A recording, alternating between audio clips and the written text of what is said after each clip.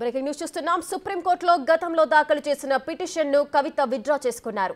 కవితను అరెస్ట్ చేసినందున ఆ పిటిషన్ నిరర్ధరకంగా మారిందని కవిత తరఫు న్యాయవాదులు చెప్పారు. తదుపరిగా ఉన్న న్యాయపరమైన ప్రత్యామ్నాయాలు చూస్తున్నామన్నారు. ఈడీ తరఫు న్యాయవాది అందుబాటులో లేకపోవడంతో కోర్టు విచారణ వాయిదా వేసింది.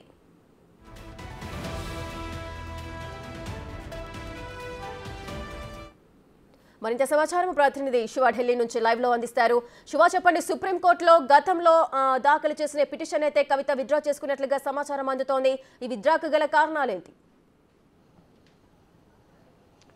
రేఖ, కవిత పిటిషన్పై ఈరోజు సుప్రీంకోర్టు ధర్మాసనం విచారణ జరిపింది. అయితే కవితను ఈడీ అరెస్ట్ చేసింది కాబట్టి గతంలో ఏదైతే ఈడీ సమన్లు రద్దు చేయాలని సుప్రీంకోర్టును ఆశ్రయించిన నేపథ్యంలో ఇప్పటి వరకు వాదనలు కొనసాగుతూ వచ్చాయి.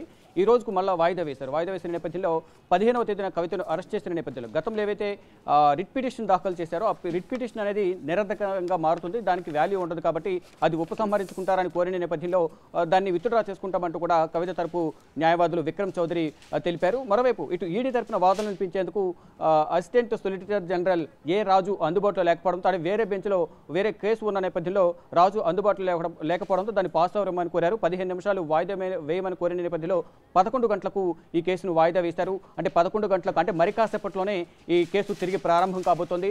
అంటే ఇప్పుడు అరెస్టుకు సంబంధించి ఇది అక్రమంగా అరెస్ట్ చేశారనేది పిటిషన్ దాఖలు చేశారు. దానికి సంబంధించి మాత్రమే ఇప్పుడు వాదనలు కొనసాగే అవకాశం కనిపిస్తుంది. గతంలో వేసిన పిటిషన్కి సంబంధించి కూడా అది విత్డ్రా చేసుకుంటామని అంగీకరించారు కాబట్టి కవిత తరపు న్యాయవాదులు ఇప్పుడు కేవలం ఈడీ ఏదైతే అరెస్ట్ చేసిందో ఆ అరెస్టుపై మాత్రమే ప్రజెంట్ విచారణ కొనసాగే అవకాశం కనిపిస్తోంది. ఇటు కవిత తరపున విక్రమ్ చౌదరి వాదనలు వినిపించబోతున్నారు. ఇటు ఈడీ తరపున ఏఎస్ రాజు అసిస్టెంట్ సొలిసిటర్ జనరల్ రాజు తన వాదనలు వినిపించబోతున్నారు. ఏదైతే ఈడీ ఆరోపణలు చేస్తుందో ఏదో అభియోగాలు నమోదు చేసి కవితను అరెస్ట్ చేశారో దాంట్లో అన్ని ఆధారాలు ఉన్నాయి కాబట్టి కవితను అరెస్ట్ చేసేమనేది ప్రధానంగా ఈడీ అధికారులు తమ వాదనల ద్వారా సుప్రీంకోర్టులో కూడా వినిపించబోతున్నారు. గతంలో ఏదైతే ఈడీ కస్టడీకి తీసుకున్న సందర్భంలో కవితను రౌజీని కోర్టులో హాజరుపరిచిన నేపథ్యంలో ఏదైతే అభియోగాలు నమోదు చేశారో ఈడీ కస్టడీ రిమాండ్ రిపోర్ట్లో ఏవైతే అభియోగాలు నమోదు చేశారో కవితకు ఏ విధంగా ముడుపులు వచ్చాయి, ఎవరెవరితో వ్యాపార సంబంధాలు అసలు లిక్కర్ పాలసీలో జోన్లు పొందడానికి అరవింద్ కేజ్రీవాల్ ప్రభుత్వానికి ఎంత మేర సౌత్ గ్రూప్ నుంచి ముడుపులు ముట్టాయి, ఎవరు కీలకంగా వ్యవహరించారు అనే దానిపై రిమాండ్ రిపోర్ట్లో ఈడీ కస్టడీ రిమాండ్ రిపోర్ట్లో అనేక అభియోగాలు అయితే కవితపై నమోదు చేశారు. గతంలో ఎవరైతే అప్రూవర్గా మారారో నిందితులుగా ఉన్నవారంతా కూడా అప్రూవర్గా మారిన సందర్భంలో ఏదైతే వాంగ్మూలం ఇచ్చారో ఆ కవితనే కీలకంగా వ్యవహరించారని చెప్పి వారందరూ కూడా వాంగ్మూలం ఇచ్చిన నేపథ్యంలోనే కవితను అరెస్ట్ చేశాము, అనేక ఆధారాలు ఉన్నాయంటూ కూడా ఈడీ అధికారులు కస్టడీ రిపోర్ట్లో అభియోగాలు నమోదు చేశారు. దానికి అనుగుణంగానే రౌజీని కోర్టులో వాదనలు వినిపించారు. అయితే కవిత అరెస్టును సవాలు చేస్తూ సుప్రీంకోర్టును ఆశ్రయించారు. నిన్న ఉదయం 6:30 కవిత భర్త పిటిషన్ దాఖలు చేశారు ఆన్లైన్లో. ఈరోజు గత పిటిషన్ ఆధారంగా పిటిషన్ విచారణ సందర్భంగా ఈ కేసును కూడా విచారించాలని కోరిన నేపథ్యంలో ఆల్రెడీ గత పిటిషన్లు అనేవి చెల్లవు, ఆల్రెడీ ఈడీ అరెస్ట్ చేసింది కాబట్టి అది విత్డ్రా చేసుకునే అవకాశం ఉంది, విత్డ్రా చేసుకుంటారని కోరిన నేపథ్యంలో దాన్ని ఉపసంహరించుకున్న నేపథ్యంలో తదుపరి న్యాయపరమైన చర్యలకు సంబంధించి సలహాలు తీసుకుంటాము.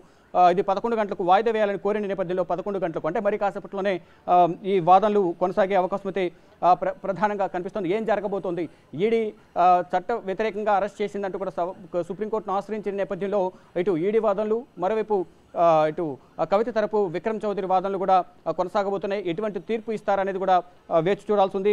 ఇటు ఇద్దరు ద్విసభ్య ధర్మాసనం ఈ వాదనలు వింటోంది. మరి కాసేపట్లోనే విచారణ ప్రారంభమయ్యే అవకాశం కనిపిస్తుంది. రేఖ, చెప్పండి. శివ, అయితే ఈ దర్యాప్తు సంస్థ ఈడీ కవితను అరెస్ట్ చేయడాన్ని కోర్టు ధిక్కరణ చర్యలు తీసుకోవాలంటూ కూడా కవిత తరఫు లాయర్లు అయితే కోరుతున్నారు.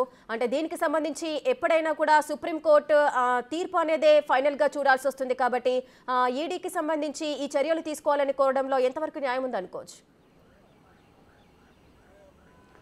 ప్రజెంట్ ఈ బేలాయం త్రివేది, పంకజ్ మిట్టల్ల ధర్మాసనం అయితే ఈ విచారణ కొనసాగిస్తోంది. అయితే ఇది అక్రమంగా అరెస్ట్ చేశారు అంటే అసలు గతంలో ఆల్రెడీ ఈ కేసుకు సంబంధించి మేము ఒకసారి మాత్రమే మినహాయింపు ఇచ్చాము, ఈడీ విచారణకు సంబంధించి ప్రతిసారి మినహాయింపు అంటే కుదరదు, మేము ఎక్కడ కూడా అనలేదు అనేది ఏఎస్ రాజు అయితే ఈడీ తరపున వాదనలు వినిపించిన సమయంలో గతంలో వాదనలు వినిపించారు. ఇటు రౌజీని కోర్టులు కూడా తమ వాదనల ద్వారా ఈడీ తరపున వాదనలు ఏఎస్ రాజు ఏవైతే చెప్పారో ఆ వాదనలు ఈడీ తరపున కూడా వినిపించిన పరిస్థితి కనిపిస్తోంది. కానీ ఇది కోర్టు ధిక్కరణ కింద రాదు అనేది ఈడీ అధికారులు తెలుపుతున్నారు. గతంలో ఒక్కసారి మాత్రమే మేము ఈడీ విచారణ నుంచి మినహాయింపు ఇచ్చాం కానీ ప్రతి సందర్భంలో కూడా విచారణకు సంబంధించి మినహాయింపు ఇవ్వలేము, అరెస్ట్ చేయమని ఎక్కడా చెప్పలేదు అనేది ప్రధానంగా ఈడీ అధికారులు చెప్తున్నారు. దానికి అనుగుణంగానే కవితను అరెస్ట్ చేశాము, అన్ని ఆధారాలు మా దగ్గర ఉన్నాయి కాబట్టి ఆ ఆధారాలతోనే మేము అరెస్ట్ చేశామనేది ఈడీ అధికారులు తెలుపుతున్న పరిస్థితి కనిపిస్తోంది. ఇక మొత్తంగా చూసుకుంటే ఇటు కవిత తరపున మాత్రం ఇది చట్ట విరుద్ధంగా విచారణ జరిగింది. ఒక కేసు విచారణ